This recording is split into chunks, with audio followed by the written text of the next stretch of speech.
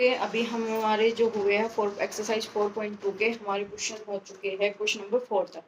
Question number 5 बीच में रुक गया था, तो इस बार हम फिर से दोबारा क्वेश्चन नंबर 5 को करेंगे एक्सरसाइज 4.2 का। ठीक है, exercise chapter 4 exercise 4.2।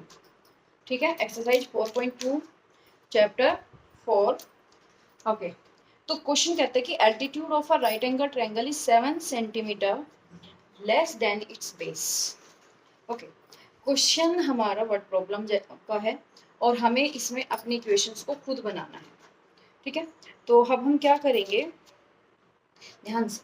Altitude, altitude mean height, height of a right triangle is 7 centimetre less than it's base. मतलब बेस अगर हमें पता हो और हम उसमें से 7 को लेस कर दे तो हमारा एल्टीट्यूड आ जाएगा। तो अगर मैं यहाँ पे एक राइट एंगल ट्रायंगल बनाती हूँ, ठीक है, तो ये बेस है। ठीक, अब इसने कहा कि इसके बेस से जो हाइट है वो 7 कम है। अगर हमें बेस नहीं पता तो हम कह सकते हैं कि बेस x है और हाइट क्या है, एल्टीट्यूड हमारा 7 कम है, तो x माइनस 7, हमने 7 लेस कर दिया, x माइनस 7। उसके बाद क्वेश्चन में कहा है कि इफ द हाइपोटेनस इज 13। अभी हाइपोटेनस देता है हमारी 13, ये होती है हाइपोटेनस। देखो, जहां पे हमारा 90 बनता है, तो जिस लाइन पे हमारा 90 बन रहा है वो है बेस, जो लाइन 90 बना रही है वो है हाइट या एल्टीट्यूड, और इस बेस और हाइट को मिलाने वाली जो लाइन है हमारी वो होता है हमारा हाइपोटेनस। तो अब हमें क्वेश्चन में ये बोला है कि हमें हाइपोटेनस फाइंड करनी है। ठीक है, तो देखो, पाइथागोरस थ्योरम पढ़ी है। पाइथागोरस थ्योरम कहती है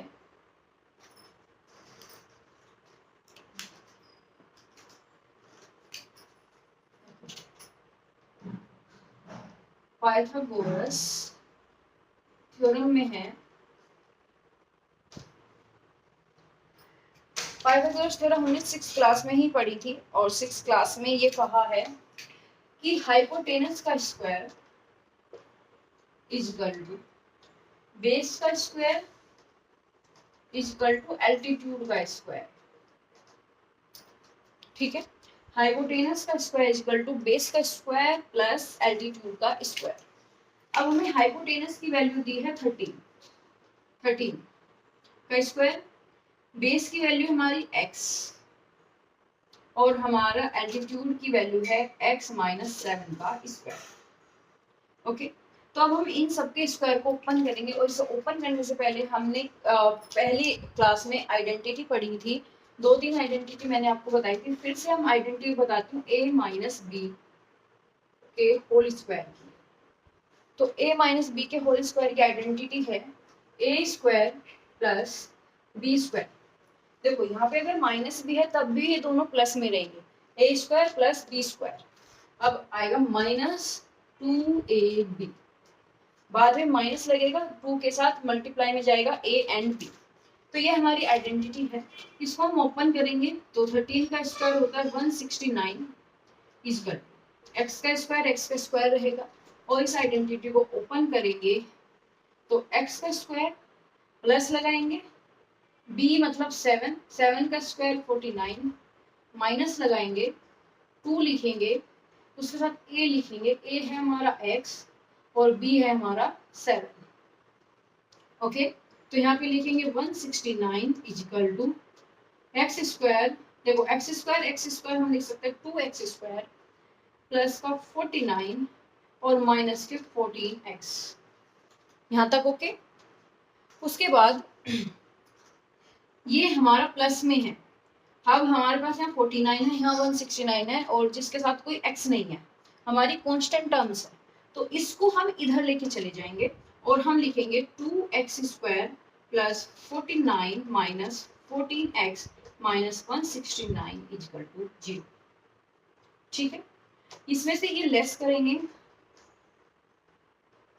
तो बीच में x वाली टर्म लिख लो 14x माइनस, क्योंकि माइनस के ज्यादा है, ये डिजिट प्लस वाली कम है, तो यहाँ पे 0 और 2 1 120। अब 120 ये हमारा C है, ये हमारा A है और ये हमारा B है। और जैसे कि हमने पहले हम फैक्टर करते थे, तो हमारे फैक्टर में क्या था, हम A और C की पहले A और B की C और A की मल्टीप्लाई करते थे, तो ये है हमारा 120, 2 की मल्टीप्लाई 140।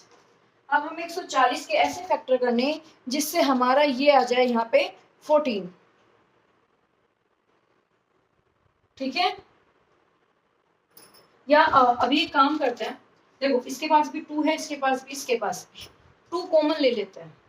तो 2 कॉमन लेंगे, यहाँ पे 2 मैंने कॉमन लिया, ये हुआ एक्स स्क्वायर माइनस के 7x माइनस के 60 इजकल टू 0। 2 इधर जाके 0 हो जाएगा, क्योंकि 0 अपॉन 2 हो जाएगा, तो ये बन जाएगा 0। तो अब हमारे पास ये बना अंदर का।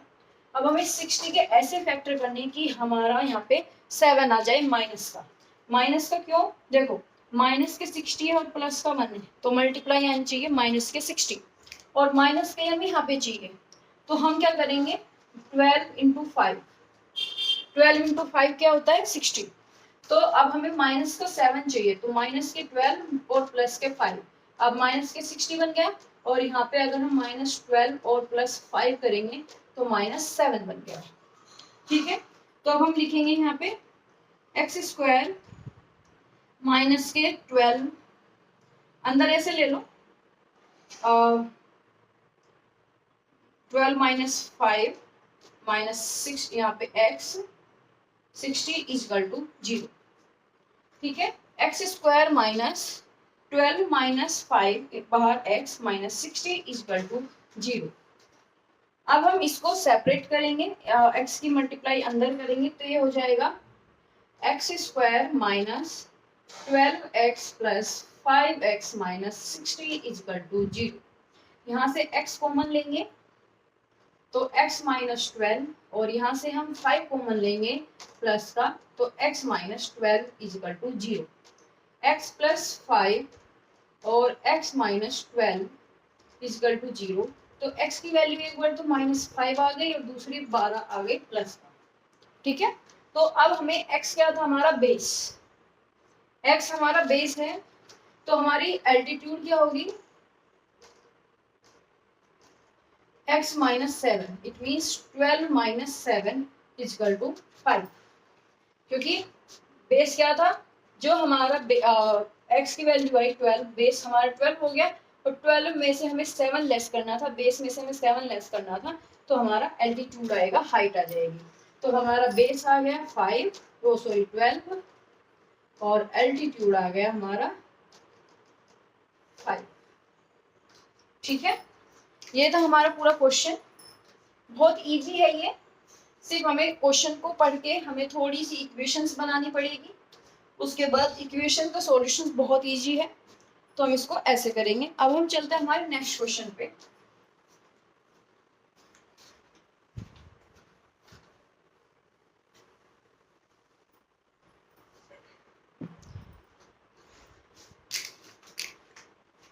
हमारा नेक्स्ट क्वेश्चन है a cottage industry produce a certain number of pottery article in a day। एक इंडस्ट्री है और वो कुछ आर्टिकल बना रही है, और एक दिन में कुछ नंबर ऑफ आर्टिकल बना रही है। उसके बाद इसने कहा कि it was observed on a particular day that the cost of the productions of each articles was 3 more than the twice the number of article produced on that day.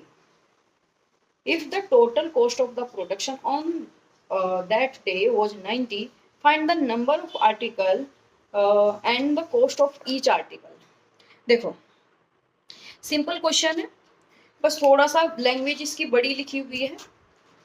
इसमें समझना क्या है कि एक फैक्ट्री एक वो बना रही है कुछ नंबर ऑफ आर्टिकल एक दिन में, तो सपोज वो कितना है x है।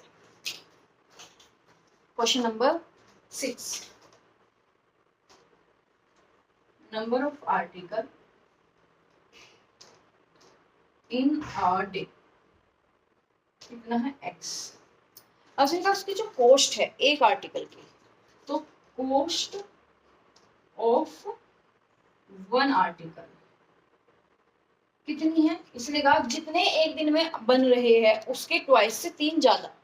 एक दिन में आर्टिकल कितने बन रहे हैं x, तो कॉस्ट कितनी है उसकी, इसके ट्वाइस से 3 ज्यादा, तो 2x + 3 ये दिया है। उसके बाद कहा इसने कि अगर एक दिन में if the total cost of the production on that day, अगर एक दिन की total cost of production on that day equal to 90। देखो ये एक आर्टिकल की है और टोटल आर्टिकल कितने बने थे x, तो x आर्टिकल और एक आर्टिकल की कॉस्ट 2x + 3 है, तो टोटल कॉस्ट बनती है 90 रुपीज। 90, तो अब हमारी यही इक्वेशन है और इसको ही हमें सॉल्व करना है। तो हमें इसमें निकालना है नंबर ऑफ आर्टिकल निकालना है और एक आर्टिकल की कॉस्ट भी निकालनी है। तो नंबर ऑफ आर्टिकल x है, x की वैल्यू निकालनी है और एक आर्टिकल के कॉस्ट निकालनी है, तो हमें ये वाली वैल्यू भी निकालनी है। इसको सॉल्व करेंगे, 2x x के अंदर मल्टीप्लाई की तो 2x² + 3x + 90 = 0। सॉरी, इसको इधर लाएंगे तो -90 = 0। अब हमें यहाँ पे चाहिए 3, ठीक है।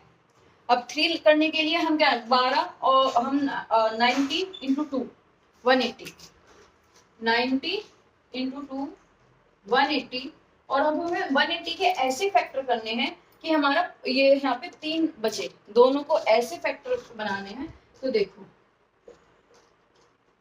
90 45 5 से 9 3 and 3। अब देखो 2 × 2 = 4 5 × 20, ये बना 9, 20 - 9 नहीं बनेगा। उसके बाद हम करेंगे 2 × 2 = 4 3 × 12 और 5 3 × 15, तो 12 और 15 और 12 3 बन गया और 15 और 12 की मल्टीप्लाई 180, ठीक है। ये हमारा 15 और 12 की मल्टीप्लाई 180। तो अब हमें देखना है कि हमें प्लस का 3 चाहिए, तो हम यहाँ पे लिखेंगे 2x² + 15 - 12x - 90 = 0, ठीक है। तो अब x की हम अंदर मल्टीप्लाई करेंगे और इसको ओपन करेंगे, 2x² + 15x - 12x - 90 = 0। 12 को इधर ले आते हैं क्योंकि 2 कॉमन आ जाएगा और 15 को इधर ले जाते हैं क्योंकि 90 के साथ यहाँ पे 5 कॉमन आ जाएगा। तो 2x² माइनस के 12x प्लस के 15x और माइनस के 90 = 0। यहाँ से 2x कॉमन लेते हैं,